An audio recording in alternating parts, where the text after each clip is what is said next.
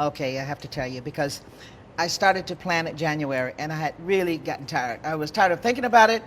I was tired of waiting for the day. I wanted to get in the car and go to Italy before it's time. And then I said to Erwin, I said, you know what, darling? I'm going to miss all of it. I won't see it. So then he started to think for me. So he said, you know what? If we get a place in the house where you can sit and peek and look, watch people coming in. So your favorite memory is looking out the window and watching us all come in? So I stood in the window and I had it open just enough. And you could see my face reacting to certain people. Some I was laughing, I must admit, and some was awesome.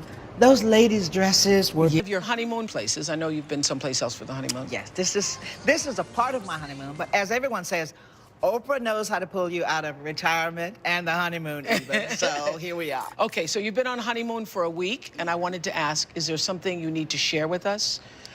Are you pregnant? Are you pregnant?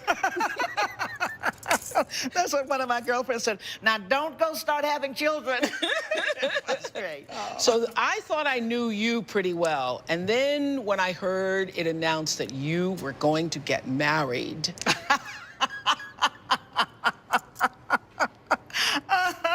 I literally went, what? And for what? And for what? And for what? Can you answer that question? There comes a time in life, and as everyone knows, I'm 73 years old. You must put things in place. First, I started consolidating, getting rid of property. Yeah. I got rid of the house in France, property in America. Yeah. I made a situation for my sons. Yeah. Anything that was costly, I totally got rid of. Yeah. And then the next thing I found that if something happened in death for me, which Erwin and I weren't married before now, he would have no say. And I thought it was a bit unfair to live with someone for as long as... The details of Tina Turner's funeral have been revealed, with the legendary singer opting for small private service after her death. The What's Love Got to Do With It hitmaker died at her home in Switzerland on May 24th, aged 83, after dealing with complications from health in a kidney transplant. Messages of grief poured in from across the entertainment and music business, with Beyoncé, Dolly Parton, and Mariah Carey among those paying tribute. Away from music, U.S. President Joe Biden, former President Barack Obama, and King Charles III also paid their respects during an emotional week. And now, plans for Turner's funeral have been revealed, with the private dancer opting for a small private memorial service followed by a cremation. Eddie Hampton, Turner's personal assistant, said she did not want a big public funeral. She wanted to be cremated. I expect it to be a small, very private affair.